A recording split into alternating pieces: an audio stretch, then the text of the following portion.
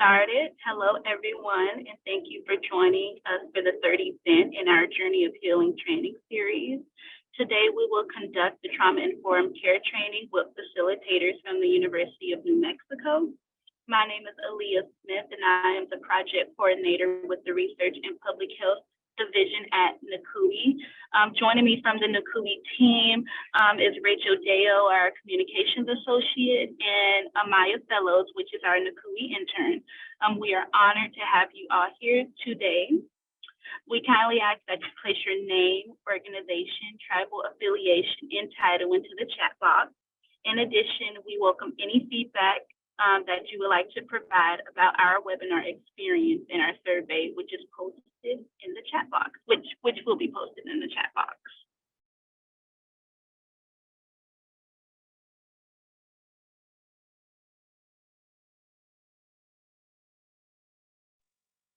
As shown on the agenda, we will begin with a session overview and some housekeeping, followed by an introduction of our wonderful presenters, and then we'll have the content.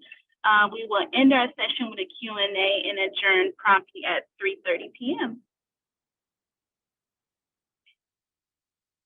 For those of you that are unfamiliar with NACUI, here is a little background. The National Council of Urban Indian Health, also known as NACUI, is the national nonprofit organization devoted to the support and development of quality, accessible, and culturally competent health and public health services for American Indians and Alaskan Natives living in urban areas. NACUI is the only national representative of the 41 Title V Urban Indian Organizations, or UIOs, under the Indian Health Service and the Indian Healthcare Improvement Act, or IHCIA. NACUI strives to improve the health of over 70% of the AIAN population that lives in urban areas, supported by quality, accessible healthcare centers. As we dive into our session, here are a few things to keep in mind. This session is being recorded. Mics have been muted unless otherwise directed. Questions can be typed into the chat box at any time. A Q&A will follow at the end of the session. And please note that the QR code at the bottom of the slide can be scanned with your phone to access the feedback survey. And I will now introduce our presenters for this session. Our first presenter is Jennifer Nanez. Jennifer currently serves as a lecturer at the University of New Mexico, Department of Psychology and Behavioral Sciences. Jennifer is enrolled in the Pueblo of Acoma tribe of New Mexico. She has been in the social work and education field for over 25 years with an emphasis in serving the American Indian population. Our second presenter is Teresa Gomez. She is a member of the Pueblo of Isleta, and she is a lifelong resident of New Mexico. Teresa has directed her career to serving tribes and advocating for issues affecting American Indians. Teresa served as the Deputy Cabinet Secretary for the New Mexico Indian Affairs Department. She has also served as the Deputy CEO for the New Mexico Behavioral Health Purchasing Collaborative. Teresa has worked extensively with tribal government and various governmental agencies at the federal, state, and local levels. She has been instrumental in building and strengthening tribal state relations and collaboration. She currently serves as a lecturer at the University of New Mexico, Division of Community Behavioral Health.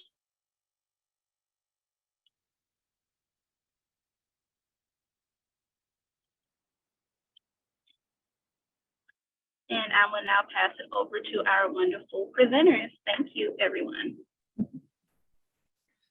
Hi, everyone.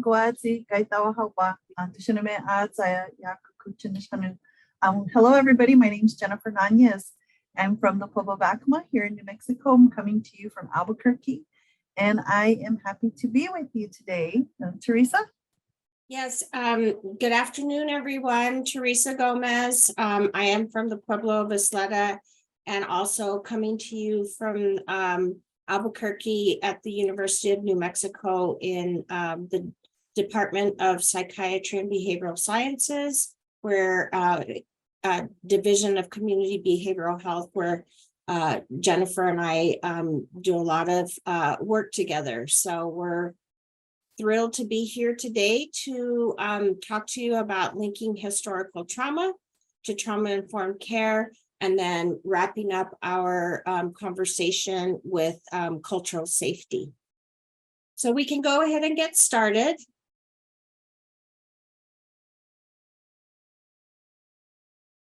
So today we want to, we hope that you will walk away with these 4 learning objectives. And the first is to describe, be able to describe the historical timeline and governmental policy implications in American Indian history. Secondly, to assess the impact of stress and trauma on American Indian health, including epigenetic change.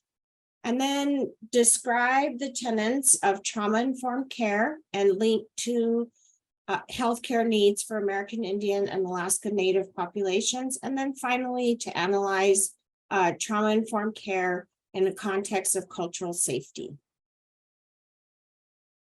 We want to start our presentation with a little bit of background and present some history and some historical timelines that really will set the stage for the entire presentation, really showing how it is that trauma has impacted American Indian populations for quite a while. And we, even though we call it refer to it as historical trauma, we know that we are continuing to see the impacts of trauma throughout not only our history, but our current experiences. So just, laying the groundwork here is we were a people before we the people. And this quote comes from Jefferson Keel, who was the president of the National Congress of American Indians. So these next couple of slides really gives us a sense of American Indian history as it's divided into different eras, starting out with early colonization, and really the challenge to our worldview and to subjugation. We also then move into the Removal Act, where we know that many tribes across the United States in the removal era experienced mass land loss, mass loss of population because of genocide, because of disease, and then the implementation of the reservation systems. I'm going to spend a little bit more time on assimilation, because assimilation really was one of the major policy initiatives and eras that lasted for a very, very long time, and in fact, in some respects, continues today. And that's really assimilation, is the attempt at eradicating identity, the loss of family systems, religious and other ceremonies are becoming are prohibited. And we'll really see this when Jennifer delves into the boarding school era. The next era that we wanted to talk about is the reorganization, and that's really when we see some federal government imposition and changes to traditional leadership structures and ceremonial roles. And we know, again, these experiences didn't happen in a vacuum. We continue to see some of those impacts as we think even about tribal census and blood quantum and things like that. And so then we move into the termination era. And again, like the removal era, we know termination that we had, that tribes lost a lot of identity more mass land loss occurred during the termination era. And this is the era where tribes were basically no longer in existence. And this was policy again from the federal government.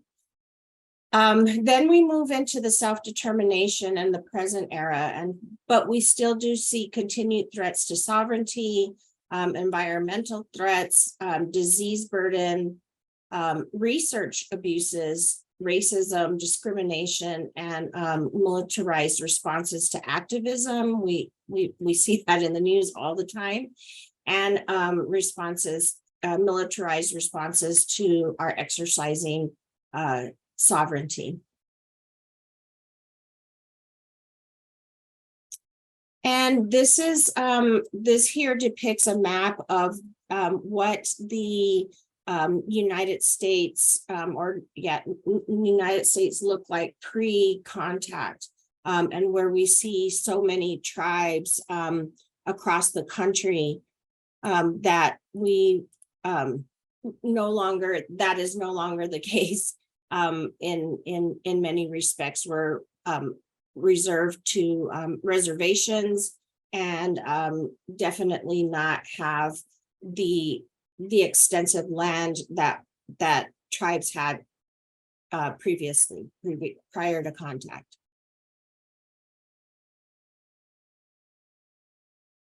And I'm going to turn it over now to Jennifer.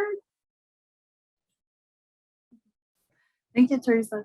So yes, as we walk through all of those eras, really in terms of time frame, and more so on the American governmental side, you can see the impact across time that it's had from those, again, early colonization. Here in the Southwest, of course, we've gone through 3 different governmental systems: the Spanish government, Mexican government, and then, of course, on into the present day US government.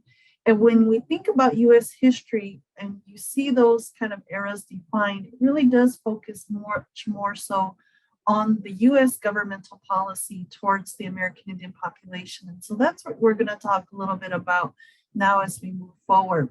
The next slide here that you'll see, of course, is again where we first want to spend a little bit of time when we talk about trauma, when we talk about trauma-informed care. We can't think about trauma without also thinking about historical trauma. And so one of the biggest examples of that type of trauma that we've experienced over the course of time is this time frame of the boarding school era, and where the, again, motto of the day really was kill the Indian, save the man. So what you see here is a picture of Colonel Richard Pratt with several students in 1887 there at Carlisle Indian School, one of the first governmental schools created during that time frame. And of course, that whole indication for the motto was to really erase the Indian identity and assimilate us into the rest of the population, and for us to look like the rest of the population. And so in doing so, what they found was that if they began working with our population, with our children, again, this was probably one of the quickest and easiest ways they thought of to do this, and most cost effective. One of the reasons why the school systems were created was in part because going to war with our population, which was much more expensive than it was to educate our population. And so this was why there was this turn to building school systems. So we can forward on the slides a little bit just to show a little bit of that impact across time.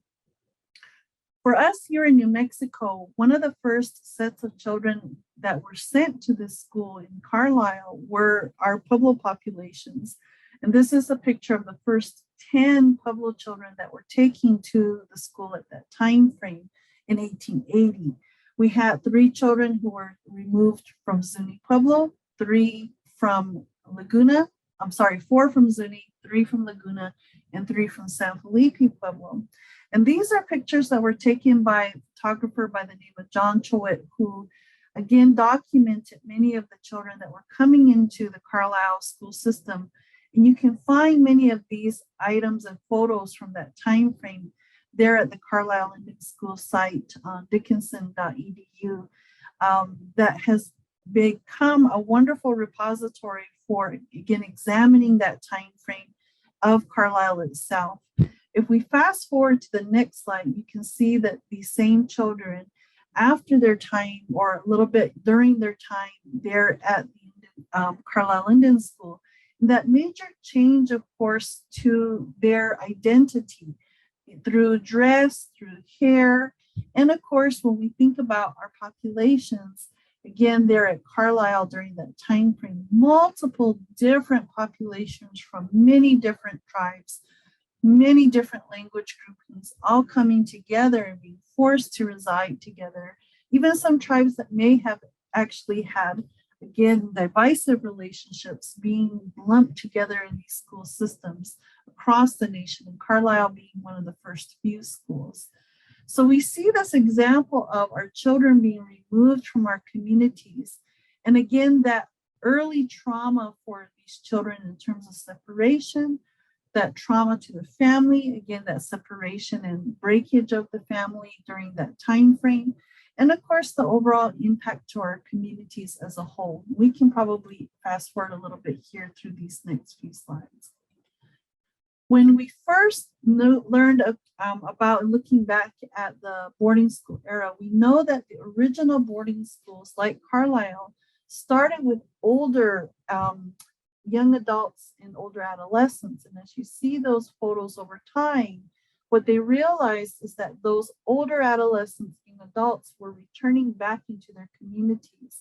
So they began working with younger children, taking younger children from our communities, and many times in a forceful manner. What you see here is handcuffs there from Haskell Indian School archives, baby handcuffs that were utilized to, again, take children into custody and take them into these school systems, some voluntarily, some involuntarily, of course.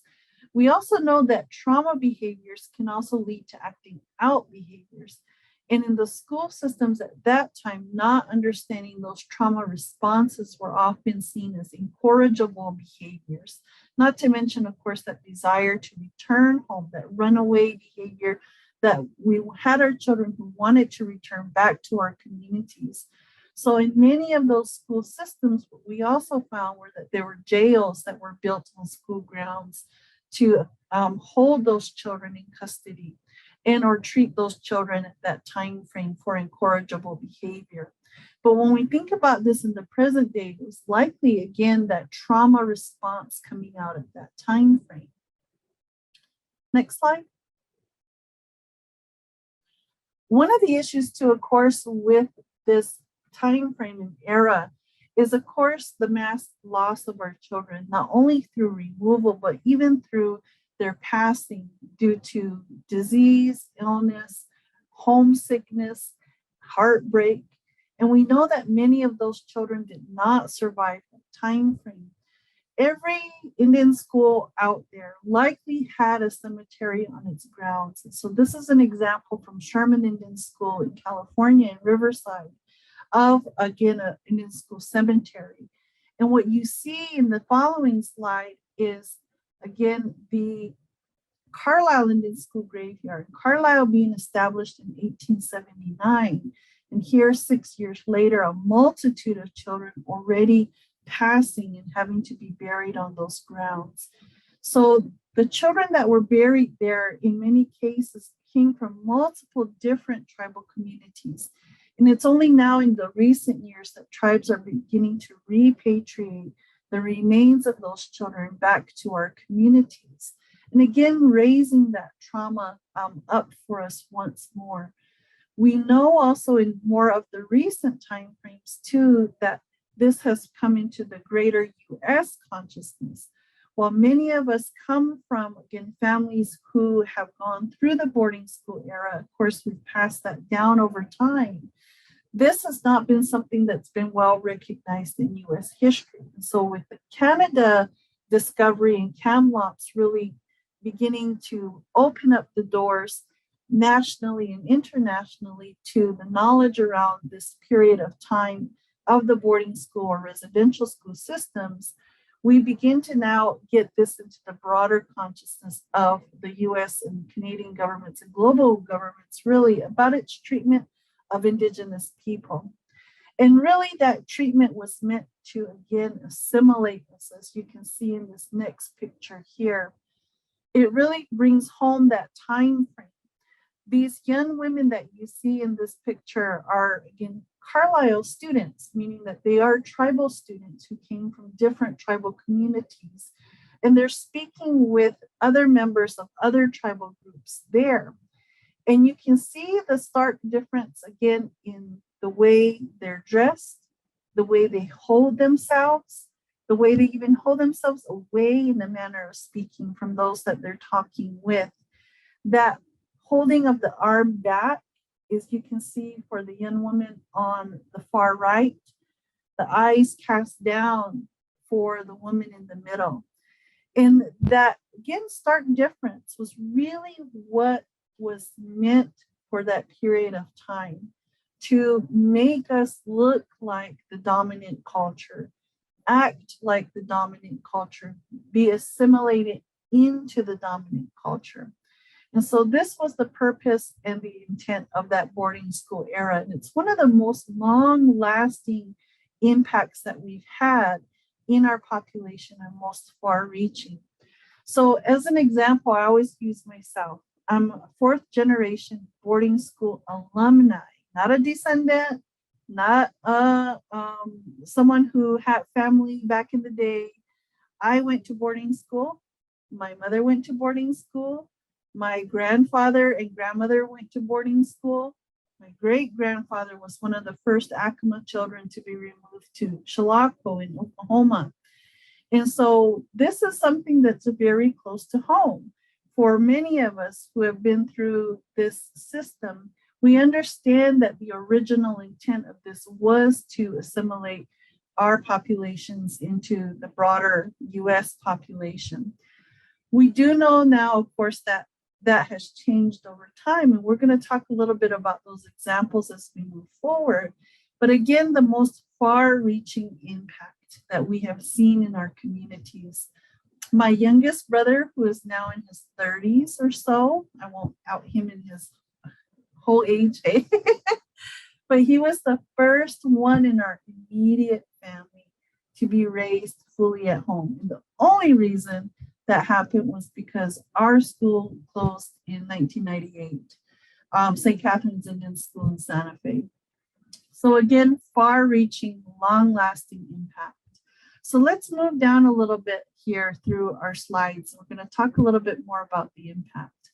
Now, we mentioned, of course, that we know that, again, this is getting out there finally in the broader consciousness of the United States and really globally as well, too. The boarding school itself, again, originated here. That boarding school system originated here in the United States. And of course, extended out into Canada with the First Nations populations, and really actually went beyond out into Australia, out into the Sami population up in the Netherlands. This is something that was copied from its origination here and how it treated Indigenous populations, not just here, but globally.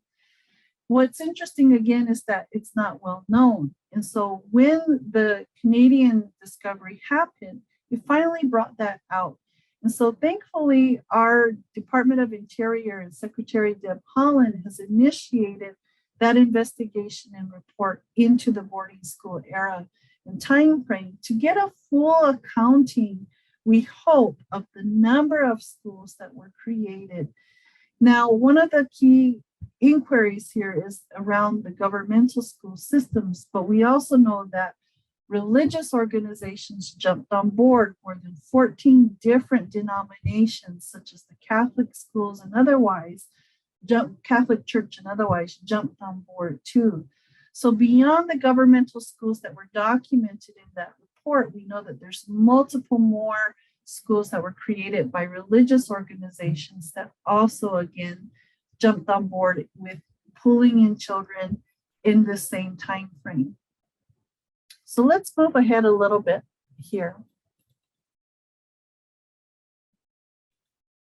and before I segue and give it back over to Teresa, when we think about this time frame, it's just an example of one policy, one period, really, when we think about time and that long-lasting impact. So when we talk about those eras of time frame, we have to remember that there was multiple different types of policy that were implemented that had impact on our population. But the one that we just touched on, just one, that boarding school era, is one example of that. And so our tribes and tribal governments that you see today, that are again now in existence today, went through all of those iterations of policy removal, termination, assimilation, to where we are today in this time frame. And we're working through that history of trauma. So we're going to link those two here in just a bit. But we want to touch a little bit on data first, and our population's data, to tie these together here. So I'm going to turn it back over to Teresa. Thank you, Jennifer. And yes, that's a good good summary, and also, you know, just to reiterate that what we're attempting to do here is to really set the stage and lay the groundwork for introducing you know, concepts around trauma and trauma-informed care, because it's extremely important to understand the history and the policy implications for our people. That it also helps in the you know, really understanding you know, grief and loss, and then also healing. And so we really spend a good amount of time, you know, on this sort of these introductory slides to demonstrate that that our traumas weren't something that happened overnight. They have been occurring for you know, generations and generations. This slide here is really a lot of data points about you know, if you know, the Navajo Nation is the 40th. If it were a state in and of itself, it would be the 40th largest state in the country. There are approximately 100 million acres of tribal landmass under American Indian or Alaska Native, 100 million acres. And like I said, this slide really has a lot of good information about Native people and tribal governments today. But I want to move to the next slide, because it really pulls out, you know, the 2020 census data. There are 574 federally recognized tribes today, speaking over 175 different tribal languages. And as Jennifer mentioned earlier, you know, in those early days of boarding school, when young children were removed from their tribes and put into boarding schools, they were many times all speaking different languages. And so you can imagine how traumatizing that would be, that you couldn't even communicate with your, you know, maybe the person that you're rooming with or that you're learning with. And so you know, just thinking about today that we have about 175 different tribal languages spoken across the country, about 9.7 million in 2020 American Indian individuals, about 86.5% increase over the 2010 census. We now comprise 2.9% of the total population. 22% of American Indians are Alaska Natives or in combination who lived in American Indian areas or Alaska Native villages. And the remaining population, and let's step back here a little bit, because you know, we're presenting to the National Council today on urban Indian health is that about 78% of the American Indian population live off reservation. And so it's really, really important to remember that that many of our populations don't have necessarily a home base or live close to their home base. And Jennifer and I are fortunate that we do live close within, driving distance to our tribal lands and our homeland. So next slide.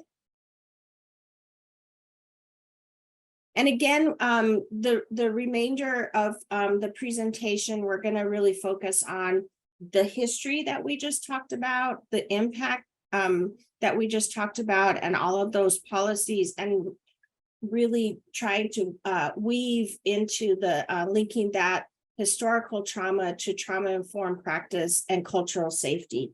And I'll send it back to Jennifer. Thank you. All right, next slide. Okay, so when we talked about trauma-informed care, you're probably wondering again, why are we talking about this history? Well, we want to first define trauma and talk a little bit about what is trauma. So trauma can be defined as something that results from an event, a series of events, or a set of circumstances that is experienced as physically or emotionally harmful or threatening. And it has these lasting adverse effects on our functioning and our physical health, our social health, emotional health, and even our spiritual well-being. So when we think about types of trauma, we often hear it referred to in today's framework of like physical, emotional, or sexual abuse, neglect or abandonment, witnessing violence, death or loss of a loved one, or a life-threatening illness can all be different types of trauma. But what we also remember, especially from our history, is that we've had additional traumas, removal from family, from our environments, loss of children, loss of elders, loss of land. Again, our environment overall has changed, and even mobility restrictions in those different time frames, and language loss, tradition loss, cultural loss, or even prohibition. So these types of trauma, in addition to what we might see in present day trauma, is the types of trauma that we're talking about when we come into this space of trauma-informed care. We have to think about both in tandem. We can't just focus on this present day trauma. We have to think about that context of that trauma, that trauma history, and in the historical trauma aspect that we're looking at. So let's move forward a little bit here. When we think about trauma, those levels of stress response, when we're feeling stressed and we're thinking about just stress in particular, we have three different types: positive, tolerable, and toxic. And when we get into that toxic frame of trauma, this is when we're starting to look at stress as trauma, where we've had this prolonged response to trauma. Our systems are activated against this stress, this trauma response that we're experiencing. And when we have chronic trauma happening, it begins to have changes in our bodies. So let's move forward here. We talk a little bit about epigenetics. So as we're having, again, that trauma response in our bodies, and if it's becoming chronic, it's not just singular in nature, then we start seeing our genes beginning to respond to that trauma. We're turning on and off markers that we might be carrying. And it might happen to us in early childhood. It might happen to us when we're in our adolescence and even as adults. But we begin to see that change, and it has, in research, is now showing that trauma can have those changes to our epigenetics over time. So let's move down a little bit more. And those markers, when they're turned on or turned off, can make us more predisposed to one, trauma response, and even two, again, physical response that we might be carrying, higher disease burden. We might have high blood pressure, hypertension happening, heart disease. And even kidney disease and diabetes can be a result of chronic trauma, chronic stress within our bodies. So those genes are turning on and off depending on what our trauma exposure is. And are we mitigating that trauma? If we're having trauma happen, do we have those systems in place that are helping to support us and help us process that trauma, help us be in a safer space that can help mitigate that trauma and turn off those markers if we're able to, again, intervene. Now, when we think about this in the early childhood phases, again, we can forward on our slide here. We're familiar with ACEs, adverse childhood experiences. And again, research is showing that for children who have early childhood trauma, that early childhood trauma, if not mitigated, can potentially have impact on their social, emotional, and cognitive development. It might lead to, again, adoption of health risk behaviors. It might, again, cause higher disease burden, disability, and social problems, again, like addiction, health issues. It may even potentially lead to early death. We also know, based on that research, that it has direct impact on a number of things, like, again, substance use, suicide, depression, mental health, even things like, again, risky sexual behaviors, all can be accounted by adverse childhood experiences. So let's forward on the next slide here. So we're tying these things together now. We're talking about this historical trauma. Again, that one example of one policy with the boarding school era is just one type of historical trauma. And those trauma responses that we see that come out as we respond to trauma, because our bodies naturally have a trauma response. But we begin putting these together when we think about this historical trauma response. In historical trauma and historical trauma responses, these two terms were coined by Dr. Maria Yellowhorse Braveheart, who we're very fortunate to work with here in our division of community behavioral health at the University of New Mexico. And she defines historical trauma as that cumulative emotional and psychological wounding over the lifespan and across generations, emanating from this massive group trauma. So we gave you one example of that with that boarding school era. And again, that time frame. And when we think about ACEs in particular, we begin to think about that time frame for those children taking during that time. So let's forward on our slide here. Now, again, with historical trauma and trauma really overall, research continues around this area in our populations and really in populations of color, in part because many of our populations have been exposed to this mass trauma history in different ways, shapes, and forms.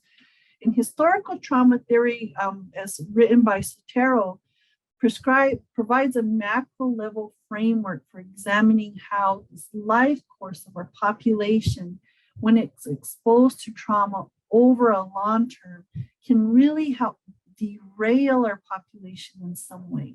And we see that come out in health risk, we see that come out in disease burden, we see that come out in trauma and trauma response. So let's go back to this ACEs slide here, coming up here. When we think about that ACEs slide, this was a great one that was developed by the Rise Center in 2015. It talks not only about that adverse childhood experience, but populations of color, including our American Indian population, actually almost come preloaded with this generational or, again, historical trauma, even before we begin to think about adverse childhood experiences in our own childhood. Additionally, what we're dealing with is that social context or that social conditions, local context there.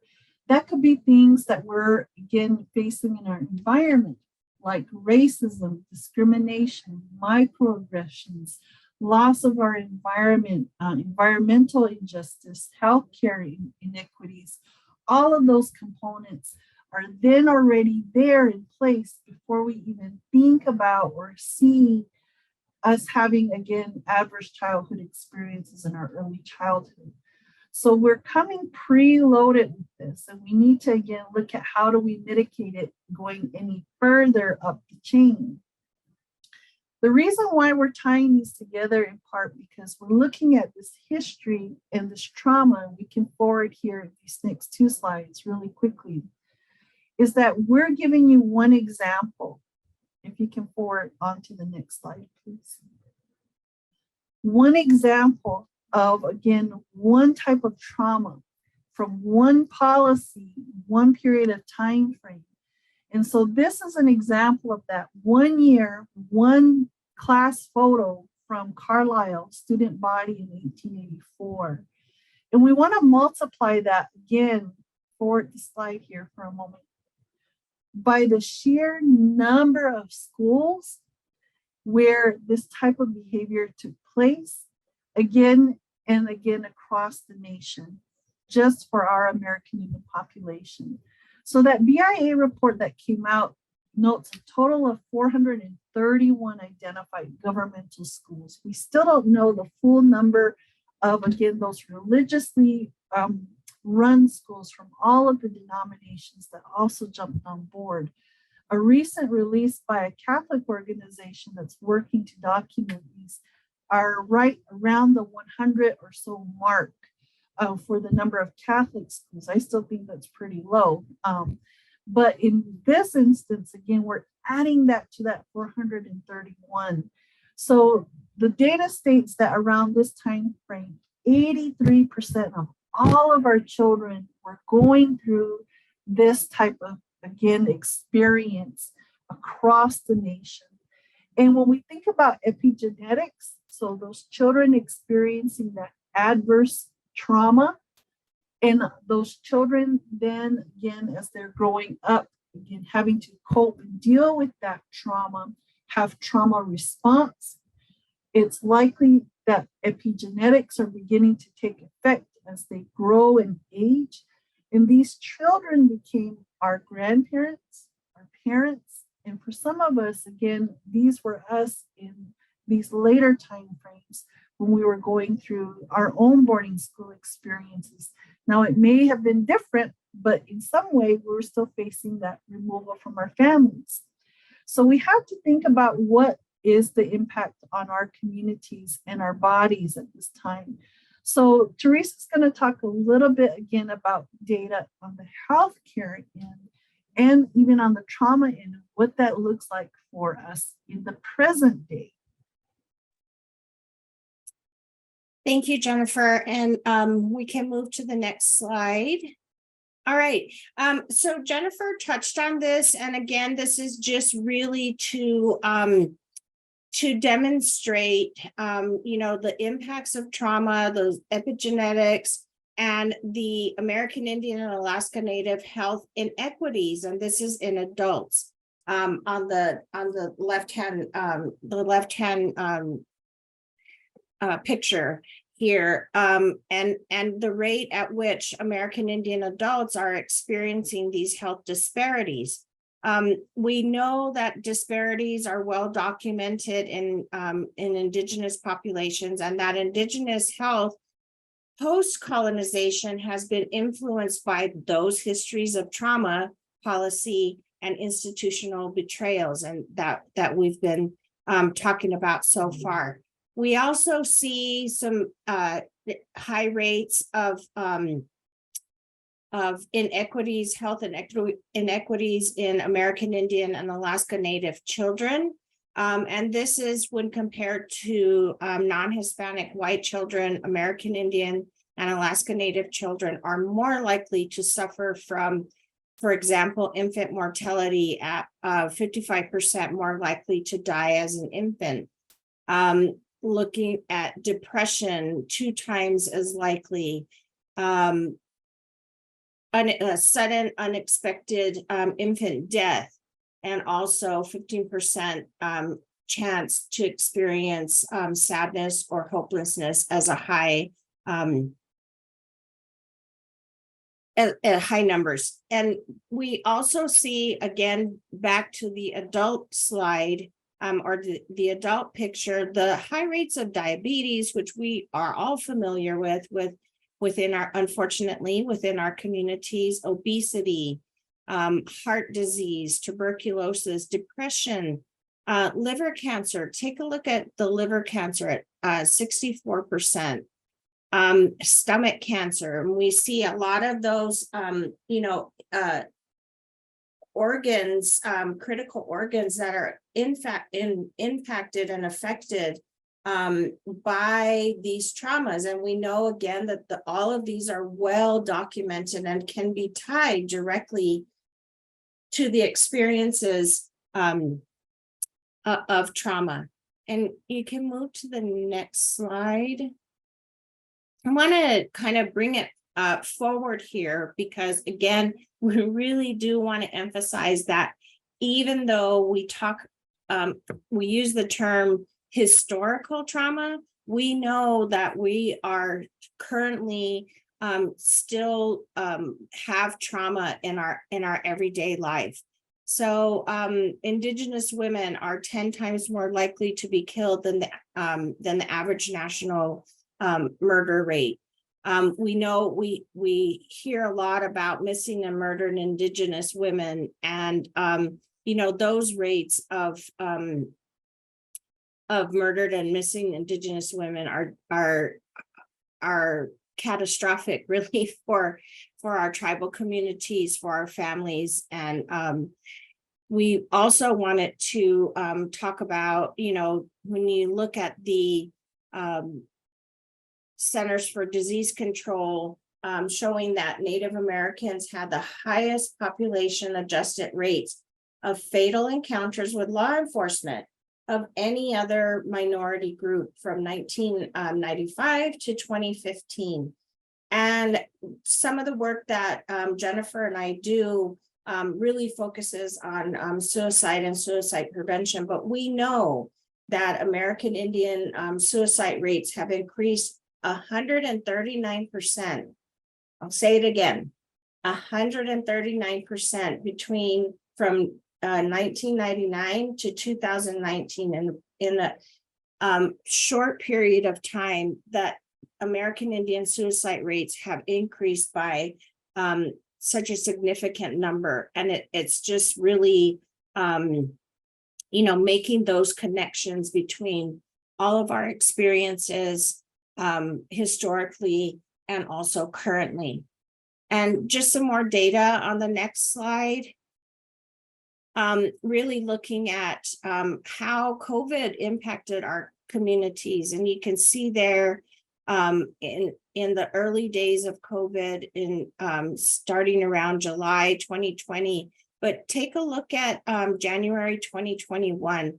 The rates of weekly deaths per 100,000 population by age group and race and ethnicity in the United States. And this slide is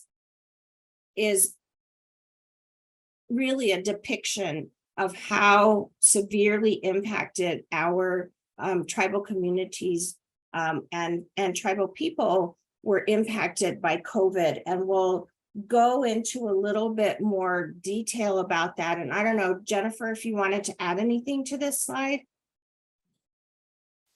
One of the things that we think about in terms of the COVID impact too, of course, is that long-lasting ripple effect that it has in our tribal communities. Not only is that loss happening within each of our communities to individuals and families, but we know that for many of us, it was our cultural keepers, our cultural knowledge keepers, language speakers that we may have lost during this time frame. The other piece too, in terms of trauma that we've talked about a lot out here in our area, and likely again across all of our communities, is that inability to gather and really go through our funeral practices, our mourning practices during that time frame of loss during COVID.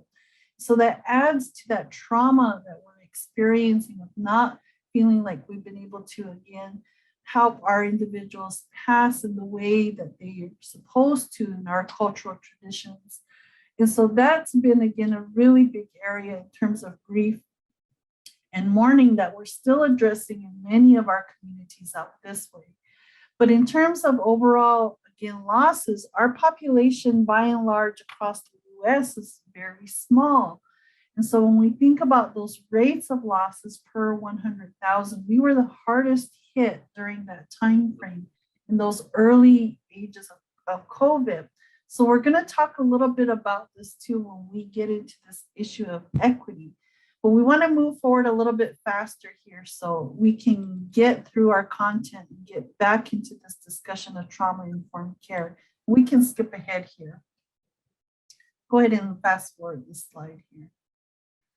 So we've noted again this history of trauma, and it can create this cycle of trauma. And a lot of what we're dealing with in our communities looks like, again, that violence, domestic violence, suicide, substance abuse, PTSD, and loss. But we're really dealing with it from this root of historical trauma. And also now, of course, present day traumas that we're still experiencing within our communities. So it's this overlay of trauma upon trauma that we're still having to deal with in our communities. So let's move forward and let's talk a little bit about trauma-informed care. When we think about trauma-informed care, it's this approach that was created, of course, for use in human services and the healthcare field. And it assumes that, again, anyone we're encountering may have had some type of trauma, and that in how we interact with that individual can either re-trigger that trauma or that trauma response, or it can help mitigate that trauma and trauma response. The other piece of this is it not only looks at that individual interaction, but also looks at the organization and the culture of the organization to see how our policies and procedures and processes either contribute to that triggering or mitigate that triggering.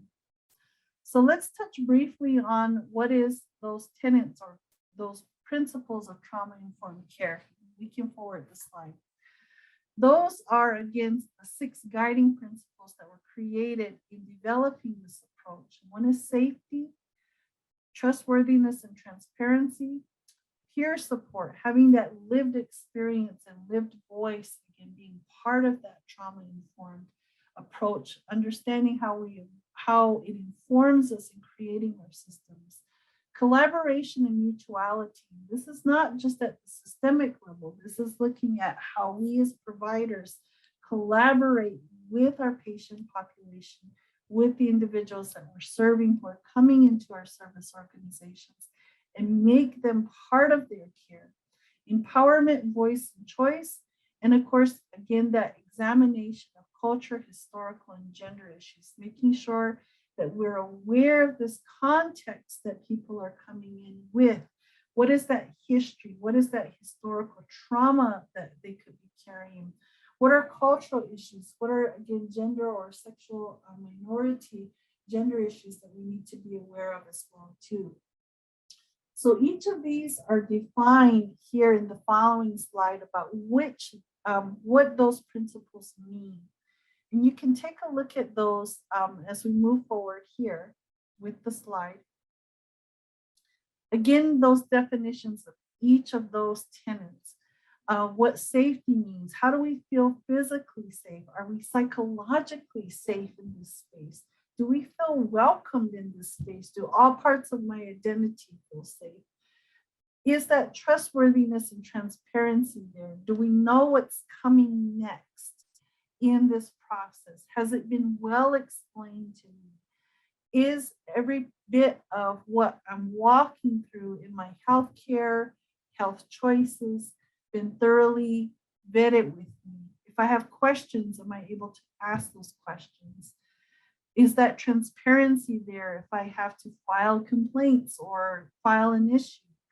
Peer support, like we talked about, the lived experience, collaboration and mutuality, empowerment, voice and choice, making sure that the client and the staff even have that ability to create and change within that organization at that organizational level. Again, making sure that they're heard and seen. And again, of course, taking into that cultural context that we've been talking about so far. Let's move forward one more slide here. When we think about trauma-informed care, we can also think about historical trauma-informed care, especially for our populations. We're looking at that trauma-informed approach, but we're making sure that we're integrating that understanding and knowledge of that cultural history and trauma that we've experienced as a population. But it's also looking at the resiliency, the strengths that that brings forward for us as tribal people, our history and our culture, our language and traditions that are still alive. And again, integrating that into those approaches and making that again a priority in those approaches, in part because we know that that contributes to our overall healing and our resilience in our communities. So let's move on to the next slide here. So why does trauma matter? Again, really quickly, in primary care, just overall statistics. This is not American Indian specific, but 59% of all men and women experience at least one adverse childhood experience in their lifetime. Almost 10% experience 5 or more ACEs in their lifetime. And 49% of our children right now have experienced at least one adverse childhood in their lifetime. And so we see those impacts that it has. We've talked a little bit about the health impacts. We've talked a little bit about what ACEs does to our bodies, to our overall well-being. And then again, when we think about this next piece, even in behavioral health, our next slide, 90% of people public behavioral health clinics have experienced trauma. So when we think about the behavioral health aspect of, again, mental health, of substance use, of, again, those areas of treatment that we focus in our work, 90% of those folks who are involved in our programs likely have had trauma in their lifetime. And so we need to take a look at that and how we treat that trauma, how we, again, organize our programs and services around that to be trauma informed. 43 to 80%, it's a big range, but that's a pretty big range, of people in psychiatric hospitals have experienced physical or sexual abuse, and 2/3 of adults in addiction treatment. 70% of teens experience childhood abuse and neglect. Again, of those adults and teens who are in addiction treatment. So trauma matters. We need to think about trauma-informed care and how it matters. We'll fast forward here just a little bit through. And thinking about traumatization and making sure that we're not re-traumatizing, not only in the system, but in the relationship as well. And so focusing on how we create those relationships is really key. Not only that individual provider to patient, provider to, again, consumer, but also in the system. How are we building the system out? How are we treating them? How are we, again, creating policies that welcome individuals into our care systems? So I know we're getting a little bit short on time, and I want to make sure we get through these next few pieces. And we're going to talk a little bit about a concept called cultural safety, because this is something that we've been working on out our way, but it's something that originated in Maori culture. So let's fast forward here in the next 2 slides. So cultural safety is a concept that now kind of underpins all of this all together, thinking about trauma, thinking about historical trauma, thinking about trauma-informed care. And what the creator of cultural safety, a Maori nurse researcher, her name was Irahapti Ramsden. I probably am not pronouncing that very correctly, my apologies. Ramsden wrote about her population, the Maori population. And at that time, in her reflection of the Maori experience in healthcare, that she noted that at that time frame, she was asserting that the Maori population had their own reality of how they were experiencing healthcare. in that this was not just a perspective. This is not like, oh, well, that's what you think. No, this is our reality. This is how we're experiencing healthcare. And what she noted was that experience in the healthcare was reflected in the data, that morbidity and mortality rates reflected that experience of the Maori population in healthcare. And what she wrote was that the service has not been designed to fit the people. The people have been required to fit the service.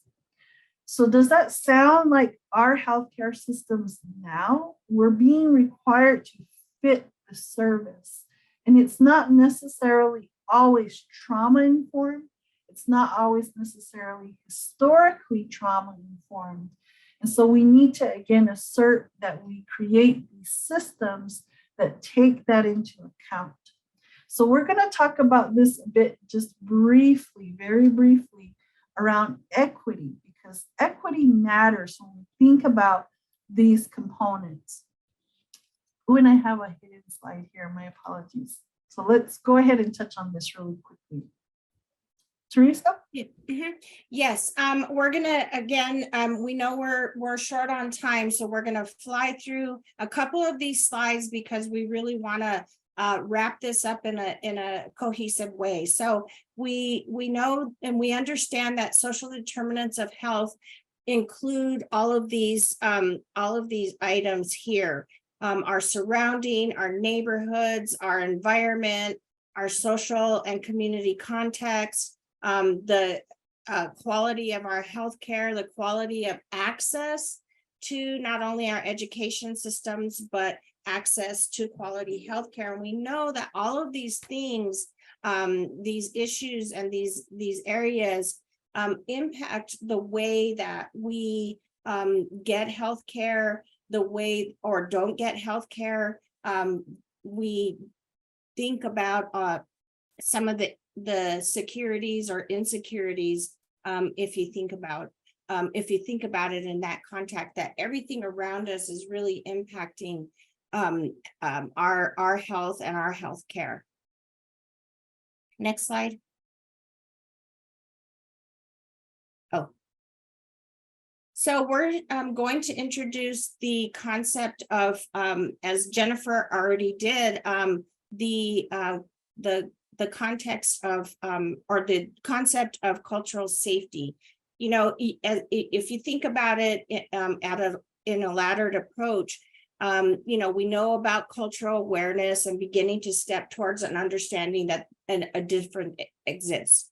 Cultural sensitivity, building awareness through cultural acceptance and respect. Then there's the concept of cultural competence, is acknowledging and incorporating the importance of culture and the dynamics of the differences. And then cultural humility, incorporating a lifelong commitment to really self-evaluation and self-critique.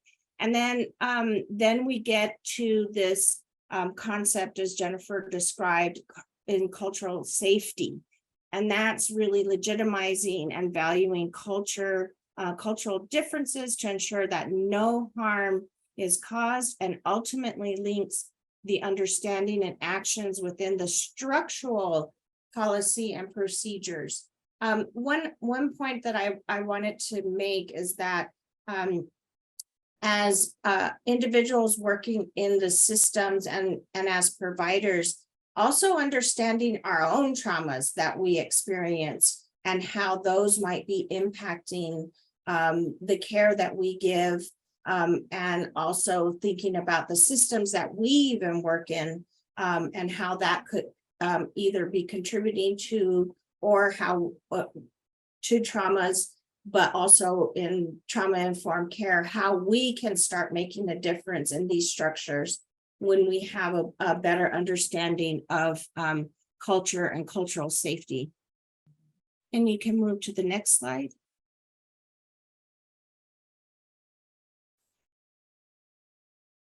Again, this slide is one that Jennifer has already gone over, so we can move to the next slide.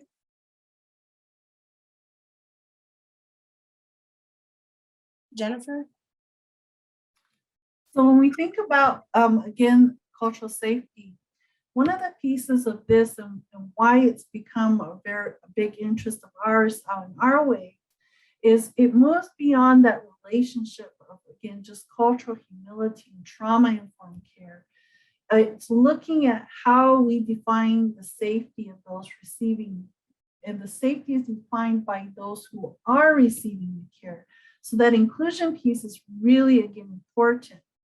And it takes on this active social justice and health justice stance, in part because we know that these traumas come from policies. These policies that are out there can impact on our well-being. And so cultural safety really takes a look at that in terms of active basis in anti-racism and again in social and health justice stance. And so it's really creating systems that support the safety and the equity of individuals. So we've talked about trauma-informed care, and we've talked about this underpinning. We're going to talk about this in a little bit here.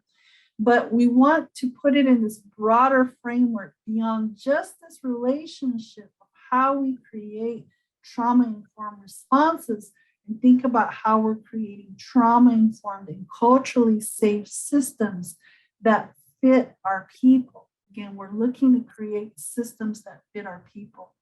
So let's look at these next two slides really quickly because we're familiar with that graphic around equity and equality. We know what reality is, though, especially for our tribal populations, and that oftentimes we're starting from an underfunded, under-resourced area, right? We're kind of underground. But when we think about, again, this concept of liberation, we're trying to tear down those walls. Teresa's going to talk a little bit about this next graphic here that moves it a bit further and into this cultural safety framework, why we really like this one. And again, just as we showed that sort of laddered approach with cultural humility, cultural awareness, and then move into cultural safety as we think about systems, and also thinking about some of the items that Jennifer went over earlier, is that the system's not built for us. When we think about even looking at sort of standards for what is obesity, what is normal blood ranges and things like that. It's not research that was done on our populations necessarily. So the concepts around cultural safety really are moving us a little bit further down that, moving from reality to equality, where equality, is really the assumption that everyone benefits from the same supports. And we know that based on our reality, that we don't necessarily need the same exact supports as the next person. So then we move into equity, where everyone is getting the supports they see and they need. And you can see that the child has two boxes that they're standing on, versus the adult doesn't need a box, but they can now all see the game. Then we move into justice, where the entire wall has been taken down, and those accommodations and supports, because the causes of inequity have been addressed. But as we move to this last slide, or this last section, is really thinking again about that cultural safety and thinking about, how everyone is included in the game and that no one is left on the outside. And that, again, thinking about it in a systemic way, that we are also contributing to that system and designing systems that meet our needs. That we're not only removing those barriers that to keep people out, but we want to be valued and involved in building those systems. And we can move to the next slide. So this is where we see, again, that trauma-informed care model. Again, taking into those contexts, the tenets of trauma-informed care, and that it really is seeking to work in collaboration with the patient versus working on.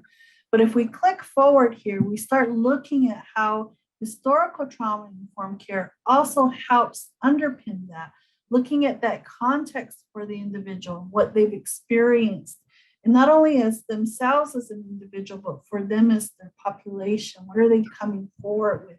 Where did they come into this space, and what is that history? And it's centering that cultural connection and supportive and healing. And again, when we think about cultural safety, what we're hoping is that this underpins all of these. And if you can click forward, you can see this here, in that it really takes a look at how, again, we are examining our systems, examining and confronting any institutional betrayals in systems of care, that structural violence in systems of care, where inequities and inequitable care can create trauma. We're hoping to, again, confront that and create systems that are fit for us.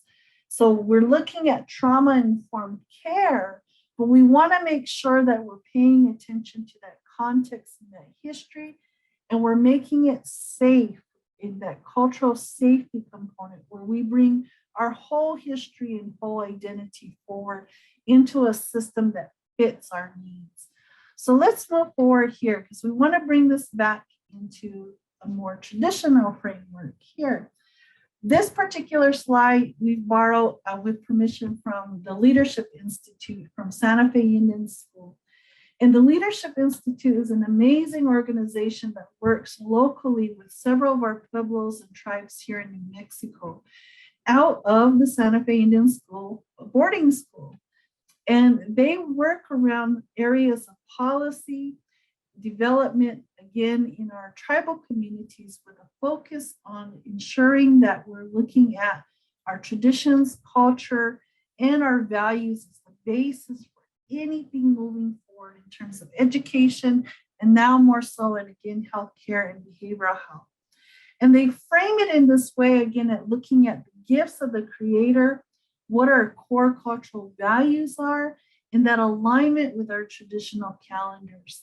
And so when we think about a truly trauma-informed system, and a truly, again, from our worldview and our value system and our traditional culture, we're trying to work to overlay those in our outreach efforts, in our education efforts, our healthcare efforts, making sure that we, again, keep these concepts at the center of all that we do. And really, in each area that we come from in our tribal communities across the nation, we have the ability to do that, to really turn to our communities, turn to our tribal infrastructures, turn to our values, our traditions, and our language to guide our efforts to create these systems that fit us. And again, why we wanted to include this is in part because we know that this is who we are. This is the base of who we are, where we come from. And when we return to these concepts, these frameworks, and again, thinking from this perspective, we can create systems that fit us, that are trauma informed, and that are coming from who we are as Indigenous people. So we want to wrap this up here as we move forward. A couple final thoughts we wanted to leave you with. Again, when we think about moving towards, again, healing, when we think about everything we work on in terms of prevention, intervention, policies, how we support our communities, reconnecting with our culture, and our, again, processing and acknowledging of that trauma and trauma history is incredibly important. And we have to support our sovereignty of tribes and minimize future trauma. Now, that can be difficult. But again, if we're beginning to recenter ourselves in our traditional cultural values, and again, our frameworks and ways of being, we can do that. So that's why when we think about trauma-informed care, we're not only thinking of those SAMHSA tenants, we're thinking about it in our framework, in a framework that fits us. So let's look forward here to a couple things. We always include this slide in part because when we think about trauma, we also have to think about the person and environment. And as a social worker, this is one of the ways that we constantly think is these systems of care. So we want to again emphasize that for individual providers who are treating people and are thinking about that relationship again with that patient or consumer, you always have to think about that individual in their environment. What has been happening around them? What is that history? So if all you take away today is how do I relate to my person that's coming in for services here, think about this person in their environment and those consequences of that trauma that they've gone through potentially. And really quickly, two more things to leave you with here as well too. Our resilience is incredibly important. And even after all of these years, all of those eras of history, all of the policies that have impacted us across time, all of the traumas that our communities, our tribal communities, our ancestors have gone through, and even our, again, more recent ancestors, our grandparents and parents, that we are resilient people. We have that ability to persevere and adapt. We're still here, no matter where we are, in cities or on tribal reservations, we're still here and we are still tribal people. We're still indigenous people.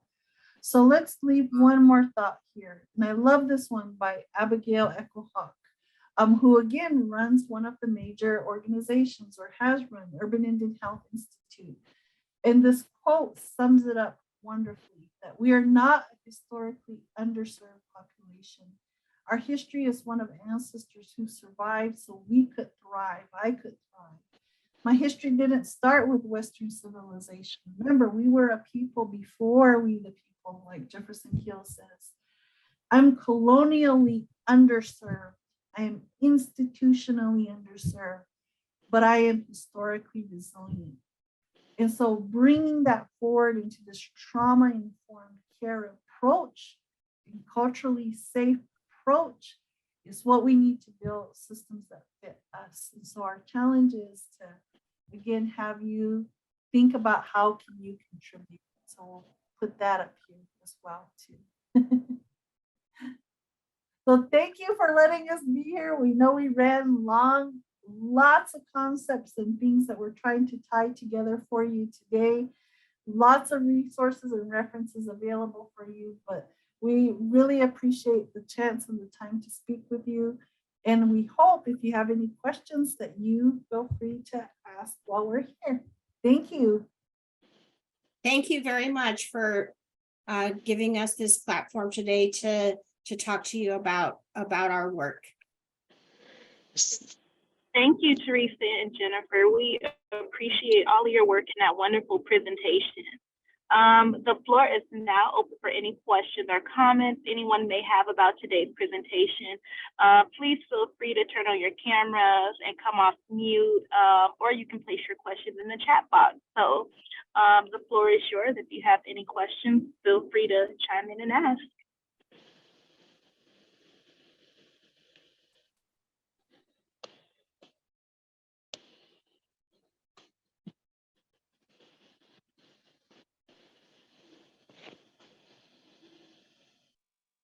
And if we don't have any questions, Rachel, we can move forward. Thank you all so much for joining us for our third session in our Journey of Healing series. We also thank our wonderful presenters. Please show appreciation with the celebration reaction or the celebration emoji in the chat if you would like to. We appreciate any feedback you would like to provide about our session. Please complete our survey by using your phone to scan the QR code on the right, or by clicking the link, which will be placed in the chat. And about upcoming events at NACUI, we are also hosting a number of events within the next couple of weeks. Tomorrow we have our Strengthening Syphilis Care in Indian Country. And like I said, that is tomorrow. We have our HIT Technical Assistance event, which will be hosted on June 22nd. P2 PSC, and that's another HIT Technical Assistance session on July 18th. And we also have our MMI